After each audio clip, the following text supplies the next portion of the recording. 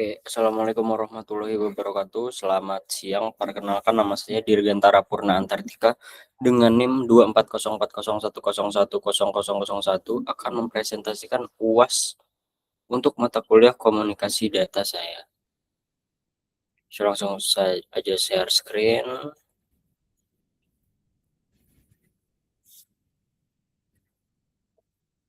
Oke, share screen gak sih? Oke. Oke. Dengan tema kendali transmisi, multiplexing, dan teknik switching dalam jaringan data. Tinjauan menyeluruh atas mekanisme pengendalian aliran dan kesalahan pada tautan data, teknik multiplexing sinyal, arsitektur jaringan switching, paket switching, hingga ATM dan frame relay. Di sini saya ada 6 pokok bahasan. Itu. Yang pertama ada kendali hubungan data atau data link control, lalu ada jaringan switching, multiplexing, paket switching, asynchronous transfer mode atau ATM, dan yang terakhir ada adaptasi ATM dan frame relay. Yang pertama saya bahas tentang kendali hubungan data atau data link control. Lalu pertama kita bahas tentang flow controlnya. Ini tuh untuk menjaga agar pengirim tidak membanjiri penerima dengan data gitu. Ini tujuan dari data link control. Tujuan utamanya menjamin pengiriman entitas data tidak mengganggu receiver dan mencegah buffer overflow atau kepenuhan buffer.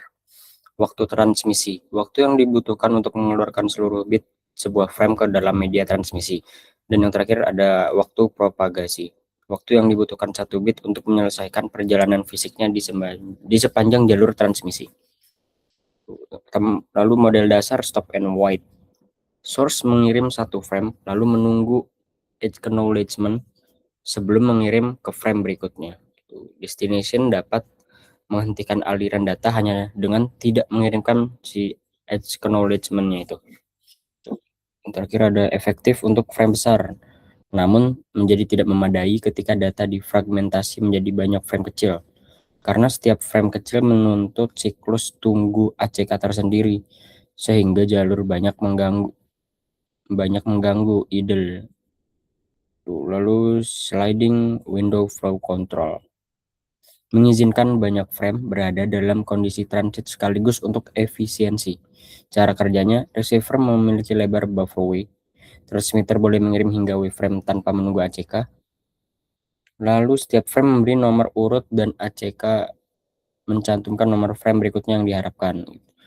Yang ketiga, deretan nomor terkait ukuran field K, frame diberi nomor modul 2K, itu K kuadrat. Perbaikannya, receiver dapat mengakui frame tanpa mengizinkan transmisi lanjut, receive not ready, dan dapat memakai piggybacking pada saluran duplex. Lalu fragmentasi data. Blok data besar dipecah menjadi frame-frame kecil karena keterbatasan ukuran buffer.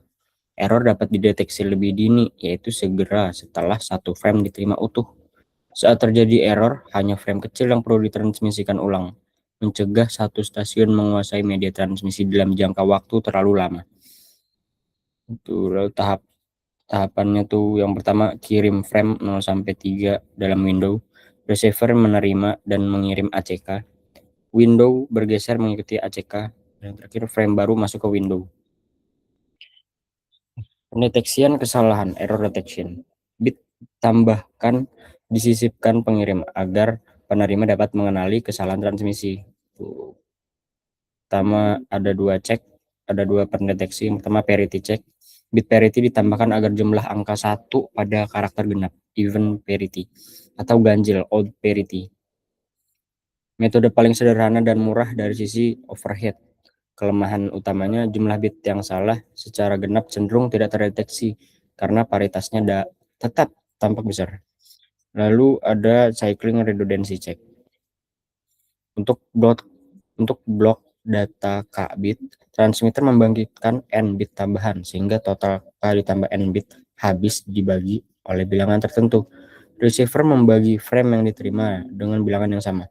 Bila hasil pembagian tidak menyisakan sisa tanpa peringatan, frame dianggap bebas dari error. jauh lebih andal dibanding parity untuk mendeteksi error berkelompok atau burst error. Lalu kendali kesalahan, error control, dan ARQ. Automation repeat request menangani frame yang hilang maupun rusak. Prinsipnya mencakup pendeteksian dan pengoreksian kesalahan baik frame hilang maupun frame rusak.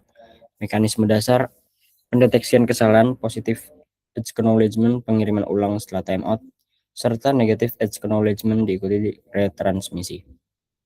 Lalu ada stop and wait, kirim satu frame tunggu edge acknowledgement, frame rusak dibuang, timeout memicu kirim ulang.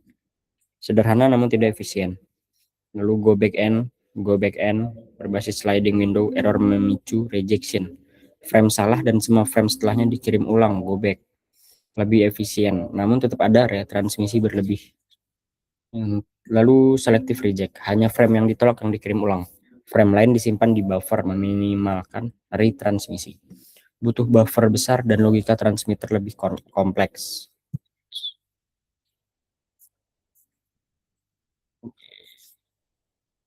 Lalu high level data link control. Karena ini ada batas maksimal presentasi, saya singkat-singkatin aja ya.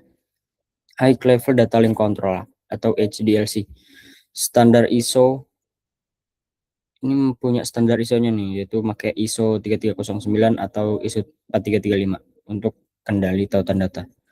Itu yang pertama ada primary station, tipe-tipenya ada primary station, secondary station, dan combined station. Mengapa HDLC ini penting? Karena menjadi dasar bagi banyak protokol data link modern termasuk LAPD, LAPD, dan LAPF. Yang muncul kembali pada topik ISDN dan frame relay, menyatukan konsep flow control atau sliding window dan error control ARQ yang telah dibahas sebelumnya ke dalam satu kerangka protokol yang terstandarisasi. Tuh, lalu kita bahas bahasan kedua, multiplexing. Pertama ada FDM, Frequency Division Multiplexing, membagi bandwidth media menjadi beberapa kanal frekuensi. Prinsip kerjanya seperti yang tampil di PowerPoint ini, lalu hierarki sistem carrier analognya seperti yang dilihat di layar. Lalu yang pertama ada synchronous time division multiplexing atau TDM, menginterleave banyak signal terdigital dalam domain waktu. Itu. Yang pertama, lalu sistem carrier digital DS1T1, standar Amerika, USA, Kanada, Jepang berbasis format DS1.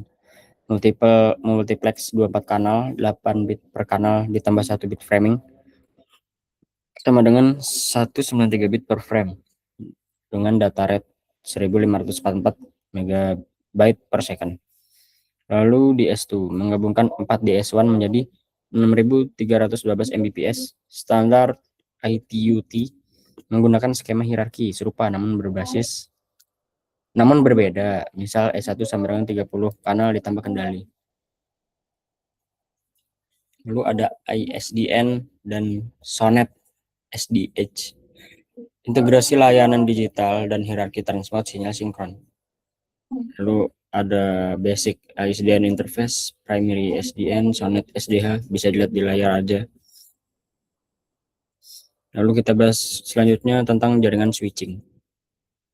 Yang pertama ada circuit switching, jalur komunikasi khusus dedicated dibangun antara dua stasiun.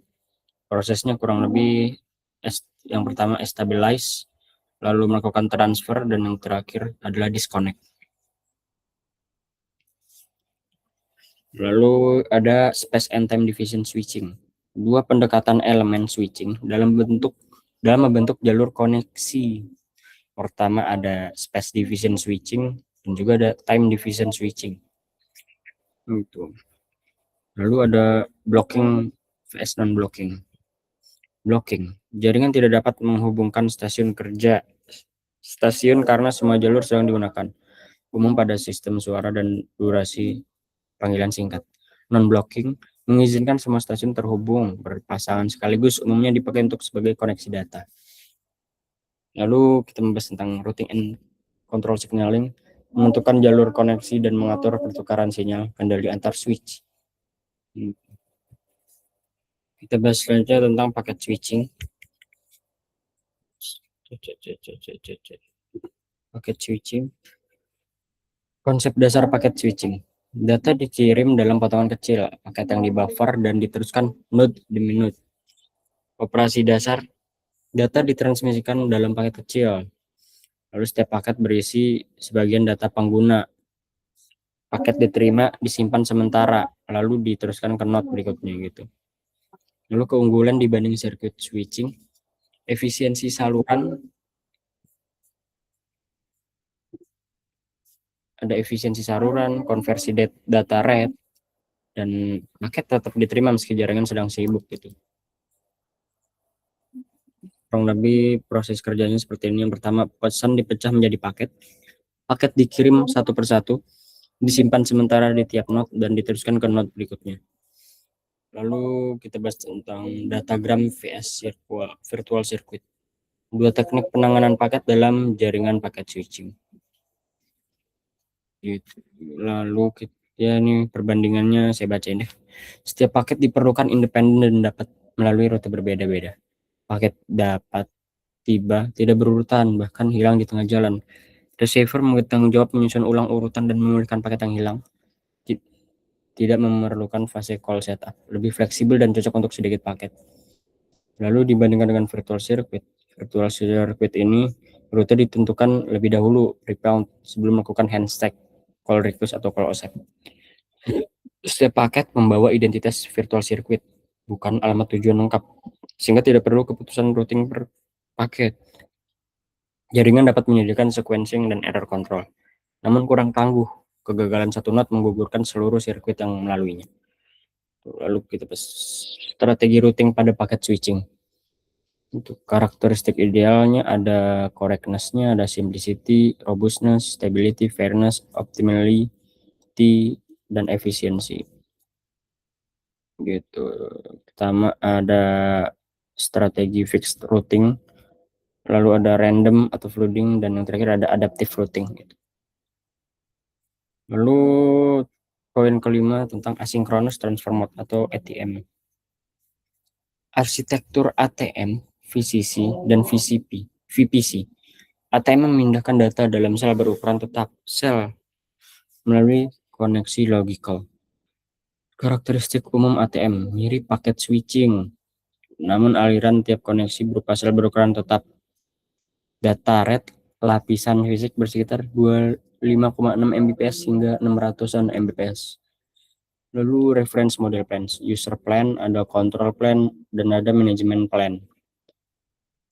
Yang pertama apa sih VCC dan VPC? VCC itu adalah unit dasar switching ATM, analog dengan virtual circuit pada X25, bersifat full duplex antar dua end user. Lalu apa itu VPC? Bandel dari beberapa VCC yang berbagai titik ujung endpoint yang sama gitu. Menyederhanakan arsitektur dan mempercepat setup. Lalu ke bahasan selanjutnya format sel ATM dan kendali header. Sel ATM berukuran tetap 5 oktet header ditambah 48 oktet information field. Lalu header state. Mengapa sel berukuran kecil dan tetap? Karena untuk mengurangi queuing delay bagi sel dengan prioritas tinggi. Lebih efisien untuk di switch dan lebih mudah diimplementasikan dalam perangkat keras hardware switching. Lalu isi headernya itu apa sih? Yang pertama ada GFC, Generic Flow Control, lalu ada Virtual Path Identifier dan Virtual Channel Identifier, VPI, VCI. Lalu ada Payload Type, dan ada Cell Loss Priority, serta Header Error Control. Generic Flow Control dan Header Error Control, mekanisme kendali aliran dan koreksi kesalahan pada tingkat sel. Gitu. Untuk detailnya bisa dilihat di PowerPoint-nya nanti.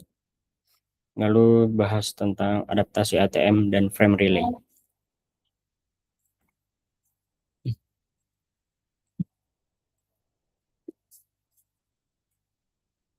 ATM, Adaptation Layer atau AAL, menjembatani protokol transfer informasi non ATM agar dapat berjalan di atas ATM. Dua sublayer AAL, ada conference sublayer, ada segmentation and reassembly gitu. Layanan yang disediakan menangani kesalahan transmisi serta segmentasi dan penyusunan ulang reassembly data, menangani sel yang hilang atau salah sisip misinserted, termasuk flow control dan timing. Tipe 1 dan 2. Tipe 1, sumber CBR, SAR mengemas atau membongkar bit dengan nomor urut. Tipe 2, untuk traffic VBR, umumnya aplikasi analog. Tuh, tipe 3/4. Mendukung mode connectionless atau connection oriented, beroperasi dalam message mode atau stream mode. Lalu tipe 5, transport yang disederhanakan untuk protokol lapisan atas yang connection oriented, banyak dipakai untuk IP over ATM. Lalu bahas tentang frame relay, dirancang lebih efisien dibanding X25, dikembangkan sebelum era ATM gitu. Ya, ini perbedaannya bisa dilihat di sini di layar. Lalu apa sih keuntungan menggunakan frame relay? Proses komunikasi lebih ramping atau streamline, delay rendah dan throughput lebih tinggi. Hilangnya kendali error atau flow per hop tidak lagi jadi masalah besar berkat keandalan sistem digital modern. Lalu ITUT merekomendasikan frame relay untuk kecepatan di atas 2 megapiksel per second. Lalu arsitektur protokol frame relay terbagi menjadi control plane dan user plane, masing-masing dengan protokol sendiri. Untuk detailnya bisa lihat nanti di PowerPoint. Transfer data pengguna, hanya satu jenis frame yang digunakan untuk data pengguna, tanpa control frame, tanpa in-band signaling, tanpa nomor urut, dan tanpa flow atau error control pada level ini. Lalu kita masuk ke bagian terakhir, ringkasan dari ke-6 bahasan ini. Yang pertama tentang kendali hubungan data. Menjamin data ini berfungsi untuk menjamin data mengalir tanpa membanjiri penerima dan bebas dari kesalahan yang tak terdeteksi. Lalu poin kedua tentang multiplexing, memaksimalkan pemakaian satu media transmisi oleh banyak signal sekaligus dalam frekuensi maupun waktu. Lalu yang poin ketiga ada jaringan switching, membangun jalur khusus melalui jaringan node menggunakan sirkuit switching. Dan yang keempat ada paket switching, mengirim data dalam paket kecil yang lebih efisien, memakai kapasitas jaringan bersama. Lalu pembahasan kalimat tentang asynchronous transfer mode atau ATM. ATM itu adalah menstandarisasi transfer data berkecepatan tinggi memakai sel berukuran tetap. Dan yang terakhir ada tentang adaptasi ATM dan frame relay.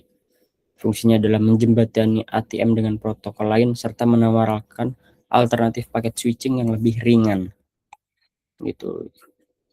Ya, oke, itu saja yang bisa saya presentasikan karena ada waktu maksimal, saya khawatir melebihi waktu maksimal.